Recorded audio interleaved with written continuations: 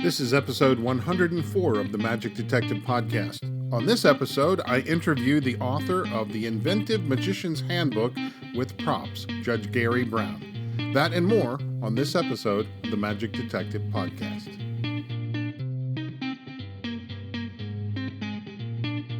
Hello and welcome to the Magic Detective Podcast, your podcast home for magic history. I'm your host, Dean Carnegie. I am the Magic Detective, and this is episode 104. Well, I am very excited to be here today. We've got an exciting show for you. But before we do anything, I want to tell you about a little something happening in November. I believe it's the 7th through the 9th in Nashua, New Hampshire. It is called the Yankee Gathering. It is a magic history conference put on by the New England Magic Collectors Association. And it's going to be grand, a grand old time. I'm going to be there speaking about Robert Heller, the 19th century wizard.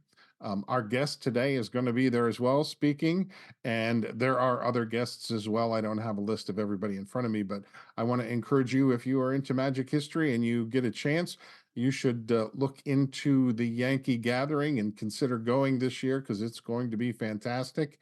How do you find out about the Yankee Gathering? Well, you go to their website, which is nemca.com. That's NEMCA.com. And just look up Yankee Gathering. That's their annual convention or biannual convention. And it takes place in November, and I hope to see you there. My guest today is a judge, a lawyer, a magic historian, freelance writer, and magic creator. He's written articles about magicians for real-world magazines like American Heritage, Invention and Technology, Audacity, and the Columbia College Today magazine. And he's written for magic magazines, including Magic Hall, Magic Us, Mum, Linking Ring, Genie, and more. In 1997, he wrote a feature cover article for Genie on the career of Doug Henning, maybe the first major article on Henning since he had retired. He's appeared on TV as a magic historian and commentator on gambling, deception, and crime for the Discovery Channel, A&E, Court TV, and National Public Radio. And he has competed on the CW's Penn and Teller Fool Us with one of his own original creations. And speaking of creations, he has a number of marketed effects. His first was an unusual money trick using replicas of colonial money called Psi Colony. And maybe his most ambitious creation was his spirit trumpet that was produced through Viking Magic. In addition to his many articles, TV appearances, and props, he's the author of the Coney Island Fakir, The Magical Life of Al Flosso. He's also the author of the book Wandcraft, which I believe came out in late 2019 or 2020, and it was a big hit. And now he is here today to talk to us about his latest book, The Inventive Magician's Handbook with Props. Please help me welcome Judge Gary Brown. Well, good afternoon, Dean Carnegie. How are you today? I am fantastic. I'm very excited to talk to you about this book. And we've talked about this book already. Yes, but let me say I am so glad to be here. So grateful to be on the show. Thank you so much. Oh, you're very welcome. And oddly enough, I've been planning to do these sort of book reviews with authors all along, but yours is the very first one that I'm doing. So it took me 100+ episodes in order to do my first book review, but this is the perfect book for that. So tell me, the Inventive Magician's Handbook, where did this even begin? How did you come up with this? Right. So for a few years, I've been interested in how it is that we go about inventing. I've invented a number of things, some of them good, some of them not good. A lot of the ideas will always be rotten. You have to remember that. But it, I think, answered a problem in magic, which is magic is an art which requires originality. You know, Josh Jay did that. You're familiar with the social science studies of audience members. Yeah. And their biggest complaint about magicians is that they're doing, quote, the same old tricks. Interesting. Whereas the thing they like best is surprise. They like to Okay. be surprised. So when you think about that, it's hard because magicians, people like you and me, right? The culture that we grew up in is you go to a magic store or you go online now to a dealer or you read a magic book and you learn somebody else's trick. Here's their prop Yeah. and their handling and their story, which is the worst thing, that you're learning their story. And then you're taught to repeat it, which means we all become bad or good, depending on how good we are at mimicking somebody else, imitations of the original, right? And how is a magician who's supposed to be an artist and be original, how do you survive in that environment? And I think the answer is to confront the issue of inventiveness, of innovation, decide what it means, and decide how best to do it. And that's kind of the core of the book. Okay. Now, are you speaking about the whole process as far as inventing it from scratch, coming up with a brand new method, or are you talking about script writing, or what exactly are you addressing? Exactly right. So that's the thing. Invention isn't one thing. You know what? It isn't. It isn't Alexander Graham Bell. You know that the movie is about Alexander Graham Bell inventing the telephone. He spills acid on himself and he yells into the mic, and the guy says, "Eureka! I can hear you." It's not that, right? Magic isn't about these sort of high flown principles. It can be. You can do. You can come up with an original method from scratch. That's the hardest way to do it, honestly. And it's the way that people think it's most commonly done, but it's actually the most unusual, right? Because to invent something from scratch takes a huge amount of time, resources, effort, skill. It's beyond the reach of most of us most of the time. Um, but that doesn't mean you can't be innovative in the context of aspects. Because even if you invent a new method, right? I got a method, it makes, I don't know, it makes a telephone book float, right? I can now make a telephone book float. Well, then I have to think of the rest of it. How am I presenting it? How am I handling it? What's the story that goes with it? What am I routining it with? What am I doing it before? And there's so many more elements. When I realized that a trick is made up of so many elements, or a presentation is made up of so many elements, I realized, well, those are each places where we can introduce elements of innovation and become original using building on the work of others. And I'm not talking about theft or piracy, and I think you and I should probably talk about what that means, but I'm talking about taking something and making it your own, changing the story, making it something that's completely yours, combining it with different things, handling it in a way that you're better at handling it than was the creator. And to me, I think most magicians do this to some level or another, but I think the recognition that, yeah, this is what we do, and thinking about the steps you take and where you can change those steps to make something new and original, make it yours. Max Maven, who invented more tricks than anyone, used to talk about it depends, right? Sometimes I look at something, it's like buying an off the rack suit. I could put that into my act. It just needs a little tailoring, right? I just have to shorten the thing, I have to shorten the hem, or I have to, the sleeves need to be trimmed, but I could wear that suit. He said, sometimes it's weaving your own fabric and making your own suit. It's a complete overhaul, and there's various steps in between. So I think that's the key. I think a lot of magicians don't think they're creative because they can't come up with a brand new thing. So they go, Right. so if you ask them and they'll say, oh, I'm not very creative. When in reality, if they do what you're suggesting, which is take an existing thing and maybe the word is modify it or Right. alter it somewhat, that shows the inventiveness of that person. That shows their creativity, as opposed to coming up with a brand new element. Right. Yeah. Yeah. I would argue that most magicians are inventive and creative more so than they even realize. Yeah. That's what I'm Right. saying is, but they don't think they are because they're trying to come up with Right. something out of nothing. Correct. And even like, so the easiest part to discuss is scripting, right? When you have an effect and you're handed something, and you say, okay, well, this is the story that it's told with. And, you and I both know there's a lot of stories about, oh, this is from an ancient Chinese wizard or whatever. Okay, that was one story, and that might have been effective when Harlan Tarbell did it in the 30s and the 40s. You might not want to do that today, right? You want to come up with something different. So what does this prop say to you in terms of a script? And then when you look at the prop, you say, well, I'm going to use something, a floating incandescent light bulb, right? You say, well, incandescent light bulbs are becoming less and less common, right? It's not as ordinary an object as it was at one time. So maybe I want to do that method and apply it to a different prop, or I want to at least change the look of the prop. I'll make it an LED bulb. That's not a big change, but that's something, right? Yeah. But I think you constantly have to reevaluate it. I have a test for you, if I may, because you are the magic detective. The problem with staying with the original presentations is they become obsolete, right? So the question I have for you is, how many tricks involving wheat bran, yes, I'm talking high fiber cereal, are featured among the several hundred tricks in Hoffman's Modern Magic? Do you know the answer? Oh, there are quite a few. Yeah. Yeah, there's 7.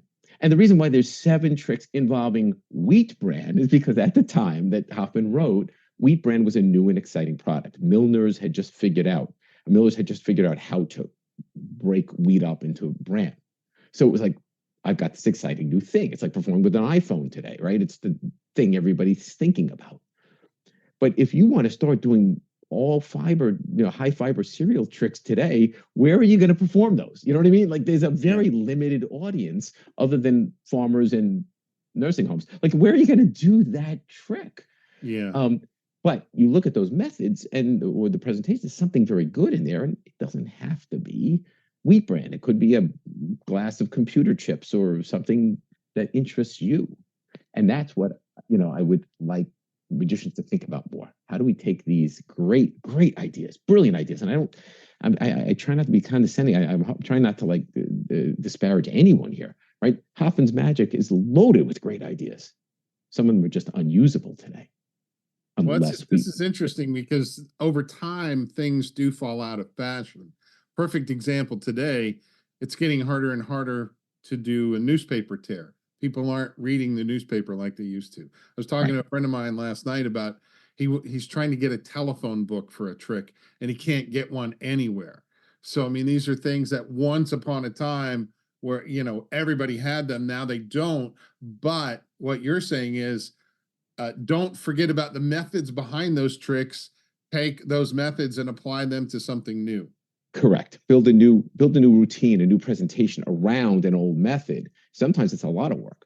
To your point about the telephone books, my friend Joe Silkey invented an absolutely brilliant mentalism piece using a pocket watch, right? And he says he's finding it increasingly less useful because, number one, many people can't tell time on an analog device anymore. Oh my And number gosh. 2, his pocket watch happened to have Roman numerals, which many people can't read. So he said, every time I pull that thing out, I think, okay, how am I going to find a volunteer tonight? Because now it's a problem. When he built it, it wasn't a problem. So the truth is, life goes on. We have to adapt. And part of invention, part of innovation is adapting these great, really entertaining things to things people will relate to, right? You got a vinyl record trick? Okay, well, not for long, maybe, right? And we have to think about that. Yeah, it reminds me, a couple of years ago, I was doing a TED Talk of all things. And at the end of my TED Talk, they wanted me to do a trick. So I thought, okay, I'm going to borrow $1 from the audience, make it disappear and have it reappear somewhere else. Well, this is a mainly college audience who doesn't have money to begin with.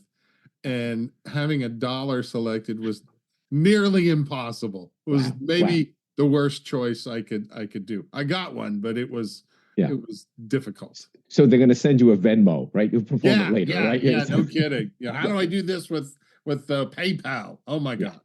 Yeah. But it's interesting, and I part of this is sort of give magicians let them give themselves permission to be more creative, to be more innovative, to think about these issues and tweak the tricks that are in their repertoire and re-examine them and see what else they can do with them. And when I say permission, I say that in a very strong way. We are also in an art that's people jealously guard their secrets. Accusations of piracy are very quick to come. And that shouldn't be the case. There are ways to defend against that, right? In other words, I think there's a big difference between legitimate experimentation, a legitimate variation of effects that are marketed or available or published, versus saying, oh, hey, that's my idea, you took it. Because that's not real piracy. And I talk about this in the book. One of the things that real piracy looked like is poor David Regal. David Regal invented something called the Clarity Box. It was I'm not going to describe it here, but it's a brilliant, Yeah. brilliant piece of work. And it was like, discovering plutonium. I mean, he had this great thing. Within 90 days of its release, the market was flooded with versions of his trick with his picture on it, his name on it, coming out of somewhere. I think it was coming from China, and he had nothing to do, completely unauthorized copies. That's piracy. That's the thing we have to worry about. Sure. But when we, as legitimate performers, entertainers, innovators, are working with each other's ideas, I think that's to be expected. And one of the ways you deal with that is to credit people as much as possible. When I write a set of instructions, I say, this came from so and so, this idea, and this is how I've changed it. Okay, so here's a question along those lines, but also for Judge Gary Brown, which Yes, is, sir. so if I buy something, if I buy a magic item, that pretty much gives me permission to do whatever I want with it. Am I correct? Other than I'm not including selling it. Correct. But I can change that presentation. I can do pretty much anything I want with that. Am I correct in that? I think I mean, legally, absolutely. Magic tricks are very, very hard to protect. Okay. Right? Now, I'm not saying turning around and selling it and saying, okay, I'm putting out my version that uses 5 cards instead of 4. I'm not saying that.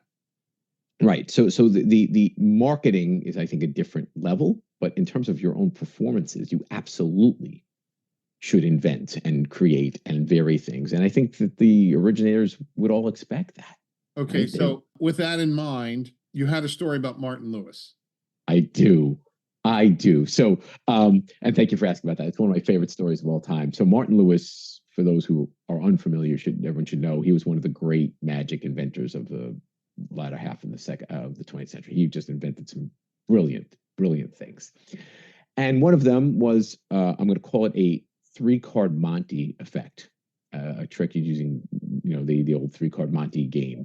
And his method was dramatically new, and he came up with this incredible means for performing it, and the thing took off. He sold it. Different people carried different versions of it and whatnot, but it was one of his things. So I saw it, and it wasn't right for me for a number of reasons. One of them was I was trying to get away from card tricks, but also there were performance aspects of it that were hard, and I wanted a different story. So I started messing around with the principle, and I came up with 3 or 4 or 5 different versions of it. I took the trick and I redesigned it. First, I did it with some tarot versions, and then eventually I hit on the right version, which was Santa Claus. And it's a nightmare version of Santa where I'm a kid and I'm scared of Santa, and he keeps showing up. And it's the most fun thing I perform. It's the most fun thing I've created. A couple of years ago, I was at a conference, and Martin Lewis was there. He was in the dealer room. And I looked at my cousin and I said, I got to go show it to him. The time has come. So I trudge up to Martin, and Martin was a very grand gentleman. He had a great deal of gravitas, the British accent. He was just a fabulous guy. So I said, sir, I'd like to show you something, and it's an homage. It's in honor of your work. And I show him my trick. And I can't read him. He's like, I see. So Santa was here, and now he's there, and that's, well, interesting. Like, I'm getting nothing. I don't know how it's going. Yeah. Until I finish the trick. And he pauses and he says to me, you did exactly what I tell magicians they should do. You took something of mine and you made it your own. And you did so to such a degree that I would not have realized it was mine if you didn't tell me. So, I got this, and we had this long discussion about piracy and invention and how, there's this exchange of ideas that happens. And how much did he honor my work? Well, he wrote a book, which came out last year. called Making Magic. And he mentioned the fact that he saw a version of his trick, which he was talking about, using Santa Claus and how good it was. And he actually wrote me and asked me for a set of the cards. It was just, I can tear up thinking about that, you know. But Martin recognized something there that we all need to recognize, which is magic is an evolutionary, not revolutionary process.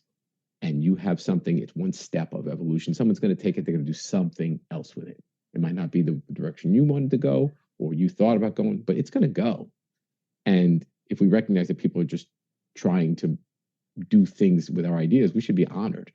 And that's what he treated. And I think, am I remembering correctly? Didn't he do the same thing for you?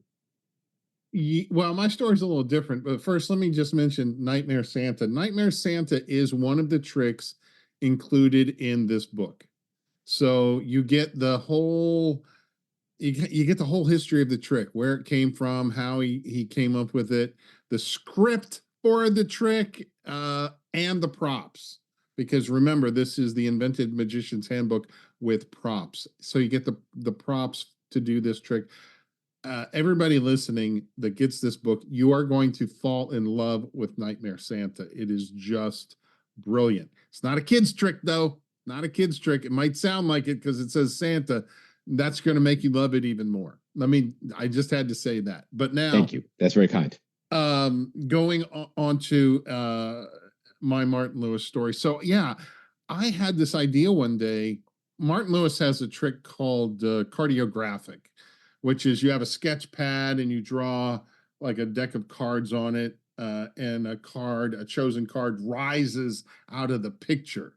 And then you tear it off and you give that to somebody, and it's like, well, how did this rise? I mean, it's just a brilliant, brilliant trick, cartographic. And I had this idea one day. I was thinking, well, what if instead of using, a white um, artist pad, they also sell a black artist pad, which is black paper, and the artists will use chalk or whatever to draw on this. And when I thought of that, I was like, oh, wait, this is like the old spirit slates. So I wonder if you could take this idea of Martin's and create sort of an unusual spirit slate effect using a sketch pad. And I was like, oh man, I want to try this, but this is Martin's trick. So I sent Martin an email and I said, hey, I have this idea and blah blah blah. I explained the whole thing to him, and he wrote me back almost immediately. And I believe his first words were like, this is brilliant, I love this. And he just went on and on. You could tell how excited he was.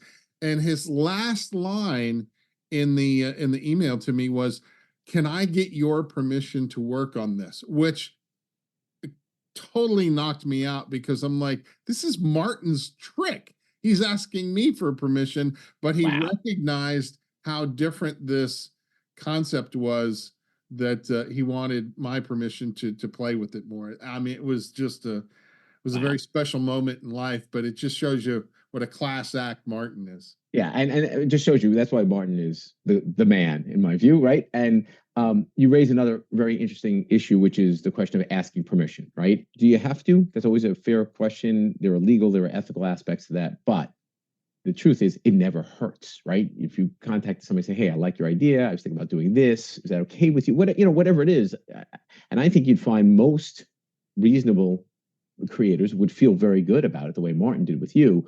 I will mention that in connection with the book, we put out a trick which is called Jack the Ripper, which is based on an idea. And I don't want to talk about the idea right here, but an idea by Max Maven. And though Max isn't with us anymore, his estate, which is run by another very talented magician, gave us permission to use the idea, right? We said, look, we want to, since we're sending this out with the book, is it okay?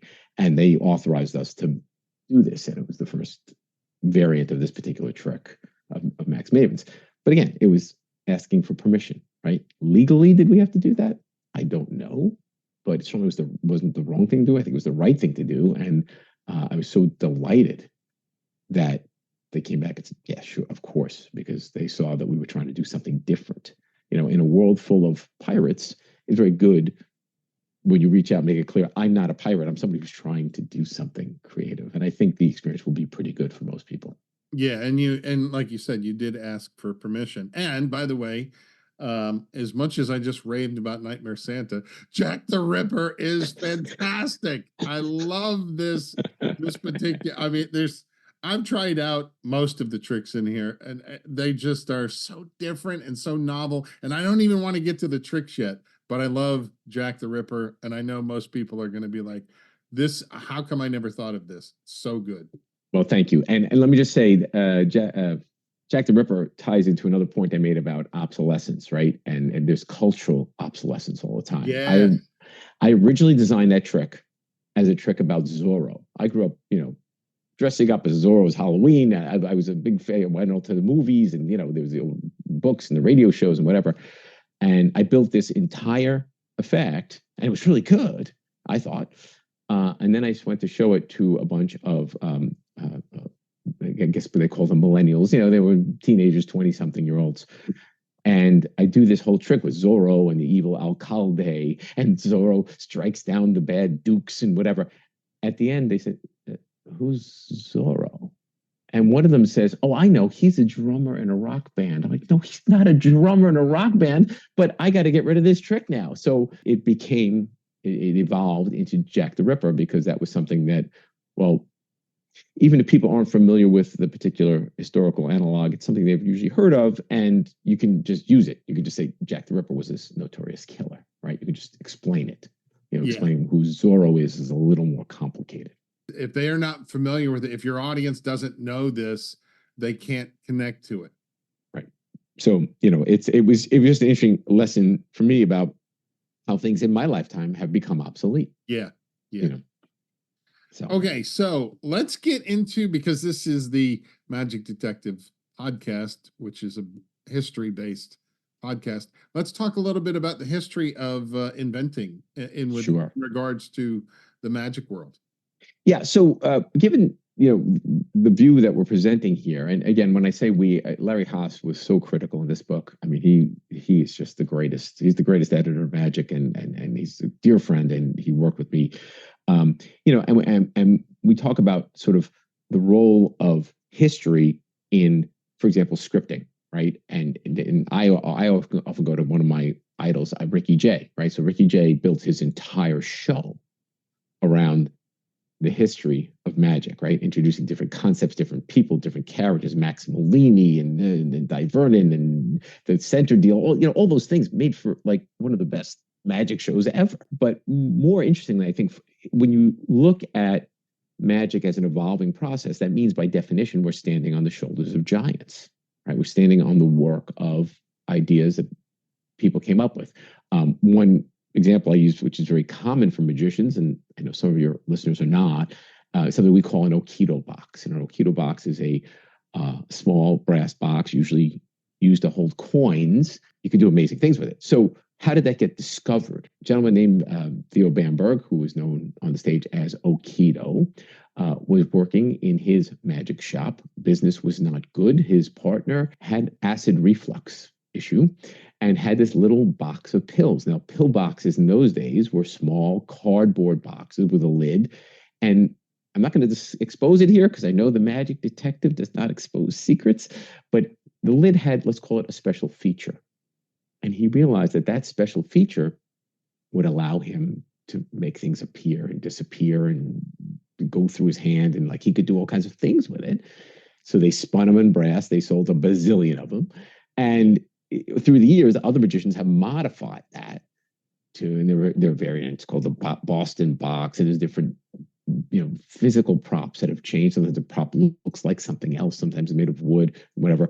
And people have changed the handling. I mean, if you see Eric DeCamps today do an Okido box, he'll make you cry. I mean, it's unbelievable what he can do with that. And that was what I call adaptive invention. He saw something in the world and said, I can do something magical with that. So that was the Okido story. We also traced the rising card, which I know you were interested in that, going back to Hofzinser. And I talk about Hofzinser's rising card box, which I I got to see and touch with these hands, Dean, at the Library of Congress. It was the most amazing thing. This beautiful inlaid mahogany box. Rising card then changed and became a staple for all sorts of magicians doing all sorts of things in the late 1800s into the early 1900s. Exactly how it was done, sometimes, like, for example, Thurston did it like barehanded, right out of a Yeah. glass, and the cards actually fly into his empty hand. That made Thurston's career. Most magicians just had it sitting in something called a houlette, which is not a real thing. It's just we made up that word. It's a card holder, and the selected card or cards would rise out of the deck. This got so overused because it was such a good trick and such an easy trick to perform as a stage trick, that it became a parody. Magicians strangled the golden goose by overusing it. Oh, interesting. Until a guy named Dr. Hooker, who was a collector, very wealthy guy. I think he was a doctor in first, but he was an avid amateur, and he built this bizarre, like, entire performance around rising cards. And it wasn't just the cards rising. There was a teddy bear, and its head would rise and talk. That was something that was done just for magicians, and that inspired generations of magicians to do different things, including, again, we mentioned Eric DeCamps, who has a great version of it now that's just astonishing and beautiful. So the book is very grounded in history. I tried to make a list of all the historical figures that I had in there. I couldn't stop. I mean, there were just so many, because it is an evolutionary art. So there's different pieces that come to us from different places that people continue to build on. And right now, as we're talking, there's somebody who's taking two old ideas that we haven't thought of in 100 years and putting it together and coming out with the latest new thing in magic. And it might be beautiful and amazing, when it's done well. So that's why I think history has a huge role in inventing. Interesting. Well, going back to Dr. Hooker for a second, I know that you mentioned in the book that people like Houdini and Harry Keller, Adelaide Herman, all saw Dr. Hooker do his trick. All were fooled by this. But what I don't know if it's in the book or not, but this thing was so popular that Time magazine even covered it. Wow, that I didn't know. I mean, he definitely had something on his hands, and of course, the LA Conference on Magic History, John Gahn has recreated it. I assume using probably Hooker's original equipment. I know it was the original methodology. I don't know if they had the equipment or I know they had John Mulholland's notes, right, that they worked from. Okay. And then Jim Steinmeier obviously had a big role in that too. And that's something Eric DeCamp saw, and that inspired him to create his own version when he went to the history convention. I didn't get to go to that conference. I wish I had, because that's a trick that's probably won't be performed for another century because it's very hard to set up. It's very hard to perform. But it's supposed to be just blow away. And they've done it at two different conferences. I've not seen it either time myself. I personally love the rising cards. The first time I think I saw it where it was magic was Doug Henning, and I saw Doug Henning live do it on stage. And the card rises out of the pack and then goes back down, and then another chosen card rises out of the pack, kind of hops out of the pack and drops back down. But then the last one floats up out of the pack into the air, remains in the air, and then he takes it out of the air and hands it to somebody. It just looked like real magic. Yeah. Yeah. No, it's beautiful. And there's been so much work done around that. And that's why it was an interesting thing to explore in the context of innovation, right? Where did this come from? Where did it start? And who built on it? And what did they build? And when you follow it, it just has all the elements, that we've spoken about and I speak about in the book, right? There's the method, the handling, the props, and the story. And they all change. I even found a very obscure reference to a version of the rising cards in like the early 20th century where a guy was using it to forecast the weather. Oh, wow. And he would just look up the weather, like in the newspaper that night, and then like fair and cloudy and whatever, hot and rain, and the right cards would come out of the deck, which is really interesting, right? Because now it's not just about playing cards; it's about cards that talk and tell you about tomorrow's weather. Mm. You know, so to me, this was just it was just such a fascinating project to take on. I loved doing this. So let's talk about. Give me one more history thing, and then we'll go right into the props because I can't really talk enough about those. Yeah. So, all right, I'm gonna mention one that I opened the book with a discussion about something I saw Orson Welles do when I was very young, and Orson Welles repaired a wristwatch while he was on the Dinah Shore show. And the curious thing about this, and since you're the magic detective, it happened in my hand. It happened in my hand. I was in my home, my parents' home. I was a little kid, and Orson Welles took out a space rock and said, "Go get a broken clock or watch or appliance from your home, bring it close to the TV screen because this rock has been known to give off cosmic rays that can repair things at a great distance." So in my Long Island suburban home, I got my dad's broken watch, held it up to the TV screen just like Orson Welles told me.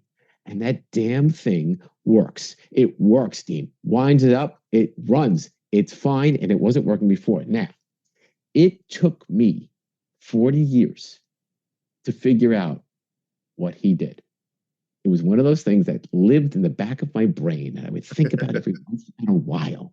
But while I was doing this book, and I'm not going to give it up here because you don't talk about secrets, and I think we should keep it that way. Yeah, well, no, I that's another reason to get the book, find out what Orson Welles did because it's I read it and I was like, this is unbelievable. okay, it's absolutely diabolical, right? It is absolutely diabolical what he did.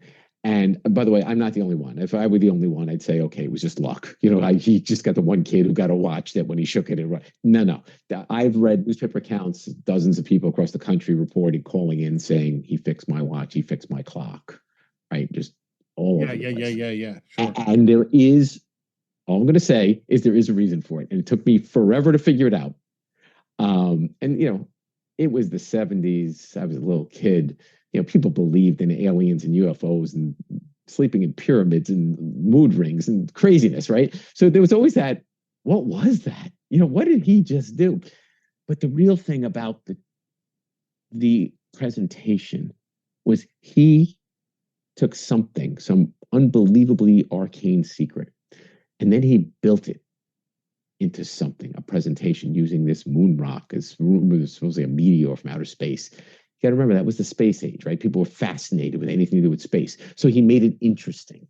And he was Orson Welles. And even at that elderly age, he had that powerful voice, and bring the watch closer to the television. I mean, just boom, he just had you. And that's a cult level miracle. You can fix watches on TV without being, oh my goodness. So that to me was my favorite like history magic detective moment was unearthing that secret. And when I did, I was like, that's where the book starts because it just shows everything that I love about this art. That's a great story. I used to record every time Orson was on TV as a kid. I had my little beta machine back in the day, and that's one I never saw. I missed that one. Let me do a plea to any of your viewers who happen to be bizarre like you and keep old performances. If someone has Orson Welles doing the repairing watches with a on TV with a meteorite, I would I would be greatly in their debt if they could come forward with that because I haven't been able to find it anywhere. I've looked all over. I have So some we're still we're photos, looking for whatever. that video footage, in other words, so you can Yes. contact Gary on his website or contact me, and we'll get it out there. But yeah, if you've got it, if there's somebody listening that has that footage, let us know for sure. One of the most interesting things about I can't, that's not even an accurate statement. There's so many interesting things about this book, but I think the one initially that jumps off the page is the Inventive Magician's Handbook with props. Right. And I remember when you first told me this, is we were putting out this book with props, and I was like, "What? That is that even has that ever happened?" And I got to thinking through time. The original Tarbell course which wasn't a book initially. It was a mail order course that came with props. Right. I know that Richard Kaufman has put out a couple books that have not all the props, but maybe like an insert or something. His Deland book, I'm not sure if that came with the props or if you had to buy those extra. But there have been small examples, but this book has all the main props that you need. They come in a packet, and let's talk about those now. Okay, so this was the idea I had pitched to Larry. He didn't have much experience with this, other than one thing he did with George Parker, which involved, I'll just say, an index system, and it came with some things that you needed to do those tricks. Okay. Right. But that was kind of a one-off thing for him. But what I said to Larry, and I've now defined it as the bent corner syndrome. Right now, the bent corner syndrome, I think, is something that it's an affliction that magicians all suffer from. I know I do, and I'll give you the example. So I have on my shelf over here, Henning Nelms, magician showmanship. A couple of years ago, that's a perfect example because it's sort of a theory book, but it includes some tricks and presentations, right? It has some demonstrations of some of his concepts. And this was going to be all about demonstrating concepts. How do you change the script? How do you change the method? How do you change the prop? So I wanted people to try it. But what happens is I go through Henning Nelms's book, and he takes a very standard piece of magic equipment called a square circle. I don't think I violate any rules just by saying that there is such a thing. I'm good. Yeah. Yeah, that's fine. Yeah. Okay. Good. All right. Good. But he took a square circle and he tricks it out, and he uses two of them. And instead of making it a production device, which it normally is, he makes it a transposition device. So you can drop it in one sort of thing and it appears another. And he made it look like a transporter, like a sci-fi transporter, right? So it's going to be like a high-tech thing. And I thought, this is brilliant. And I folded the corner page and, next time I have 2 pounds of sheet aluminum and, 14 washers and hot glue and this and that and a bending machine. Like, there's so many things I need. Like, I love the idea, but I bent that corner years ago, and most likely, my days will run out before I get to building that. And I think that so often happens to us. It could even be something as simple as a card trick, or I think that's why card tricks are so popular, because usually you have cards around. But anytime, the next time I have some dental floss and a Bic lighter, I'm going to try that. And then that next time never comes, right? Or you have to go to the store and get things, whatever, or find something. So I said to Larry, if we're going to do this book with these concepts, let's have the thing right there, right? So we're going to talk about how Santa was a reinvention of something that or a redesign of something that Martin Gardner did. Martin Lewis. Sorry. Yeah, I have some Martin Gardner stuff in the book too. Sorry about that. Martin Lewis, or something. I have another thing that's a puzzle that this guy Dodney did in the 19th century, and we do it turned into a chess trick. Let's have the props right there. So this way you can try it while you're reading, right? And so we came up with props that we could fit in a reasonably sized package, about the same size of the book, and they're good props, right? They're good effects. There were things that weren't good enough for this book, right? Larry would say to me, Gary, that's really good, but I don't think it meets the grade, or it doesn't make a different point, right? So we carefully curated the kit down, and there were some of the tricks, by the way, are not in the physical kit, but they're printables, right? So if there was something that was just easy to print out, we made it a download thing where there's a link and you could download it. But the point being that the things are right there for you. And while there were a few presentations that I discussed in the book that would require something different, although usually something that the magician would have anyway, most of these things are right there for you, and you could actually perform these tricks literally right out of the book. My hope is that people will use some of these effects, or in other cases that they'll build on them, or they'll use the ideas to build something else for themselves. But to get there, you have to be impressed by Martin Lewis's original method, right? For that, to use that example, right? If you have the Santa cards right there, you'll say, "Oh, I see how this works, and this is something I want to do, but I want to do it with space aliens or whatever you want, But the idea was to make it, and I am so delighted with the outcome because I think readers are really going to appreciate it. And I've already gotten some feedback from people, including you, that it does matter, right? To have the things right there. I will tell you that if I read one of these chapters and I didn't have the props in hand, I don't know that it would have made the impact on me as much as it did to actually read about it, try it out, experience that moment, and go, oh, wait a minute, because I mean, you can read a trick or you can read a description of a trick, and sometimes you just pass on it. But then when you try it, and better, you try it out on somebody, all of a sudden you realize how strong this trick is. There's one in the book, lack of a better term, I forget what you call it. It's a clairvoyant chicken trick. For those listening, I know that's going to sound like crazy, and I think it alone, it could have been a PDF by itself, but there's actually something that's included, which is brilliant. In fact, when I opened up the package of props, that was the first thing I saw. And I was like, I don't even know what this is, but I already want to know this routine because of this prop. It gives the whole routine context. It gives it interest initially. I mean, you can't help but see this and go, I want to know more. Right. So it's a brilliant thing to include. It doesn't do anything, but it's brilliant. And actually, I take that back. It does do something. I would say it does a little something, right? Yeah, But it I does will say, something at I the will end. say this: the initially, it isn't. Let's call it an artifact of an older day, right? And initially, I had it designed as like a card or a postcard, and this is where how much I love working with Larry Haas. He said to me, "That's not what this prop wants to be. This prop wants to be something different. What does it want to be?"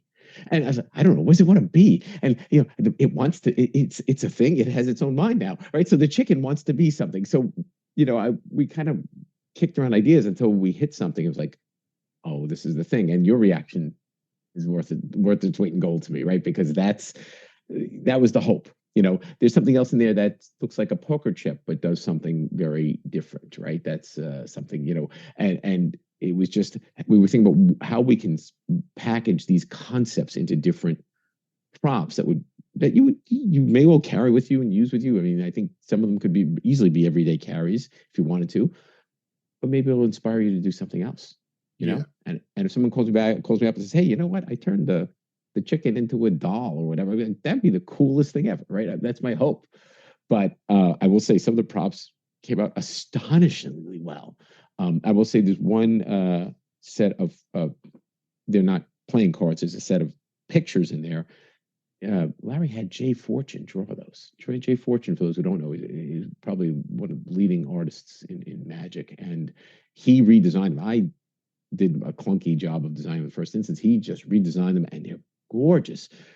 Craig Conlon did a lot of the illustrations in the book. Again, it's like he reached in my brain and pulled it out and put it on paper. So, to me, I hope that having the props with the book rekindles that feeling that you got when you were 7 or 10 and you got that magic kit. I got a magic kit at 10 and you opened it up and there was a book and then all these little pieces and you could do things with them right away.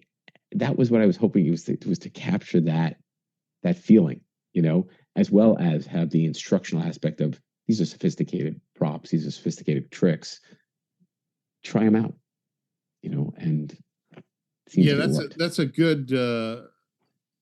The props are for the professional or the professional minded performer, because there are many amateurs out there that have a professional mindset towards magic. So these props are really for for someone serious about magic. They're not hard. None of these routines are hard to do at all.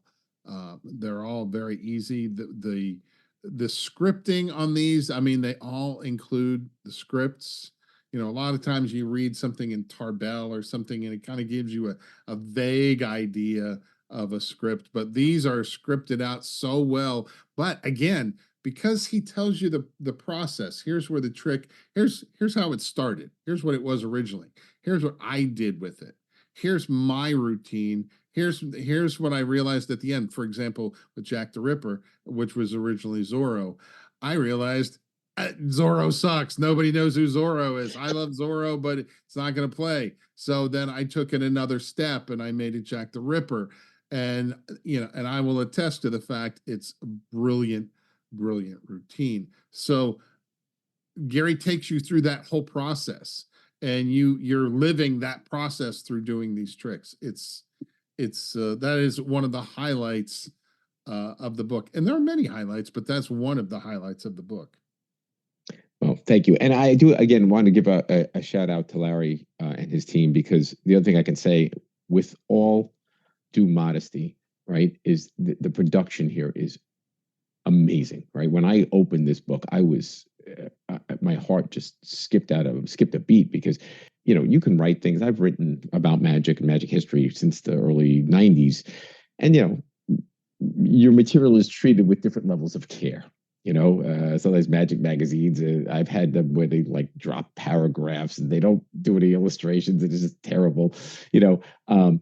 This thing, I could not imagine a better treatment. I mean, the props and the book, the binding, the illustrations. I mean, just to show you something, Dean, I don't know if you noticed this or not, but Larry hired so many artists and techs and worked with so many different people on this. The tricks that describe, the pages that describe a trick have a gray bar around the outside of the page, sort of like a frame around each, right? And what I noticed is when you close the book, if you look at the edge, you can actually see the tricks. In other words, the gray pages stand out from the white pages. So you can flip right to the trick sections if that's what you're looking for. Gotcha. But it was just like it was just a small touch that made it beautiful. And the binding is gorgeous. The illustrations, I just really I'm so grateful. I'm just so grateful. I have to say that if you get this book, you order this book, the tricks are great. Don't just learn the tricks and skip all the other stuff, because the theory on how to create magic, his different examples. To get the book, if you haven't already ordered one, I understand some people are getting their copies already. Were these the pre-orders? Yeah, so there was a pre-sale, and I think those just went out this week. Okay. And people are starting to get them, and they're very excited. I'm getting all these great messages. People like, I can't wait to dig into this, or I just started, And then I think, but the book goes on sale, and this is a little piece of precision news. It goes on sale at 12 noon on October 1st. That's only important because there aren't that many copies left. So if somebody really wants it, they should know that. Yeah, the pre-sale was bigger than they expected. So that's exciting, knowing how much work went into the writing this book and the development of this book, and how much, I mean, Gary wrote the book, but Larry Haas and the team behind him, the illustrators and everyone, so much work went into this book that it's exciting to know that this book is going to sell out, and you got to get your copy as soon as possible. Now, how do you get a copy?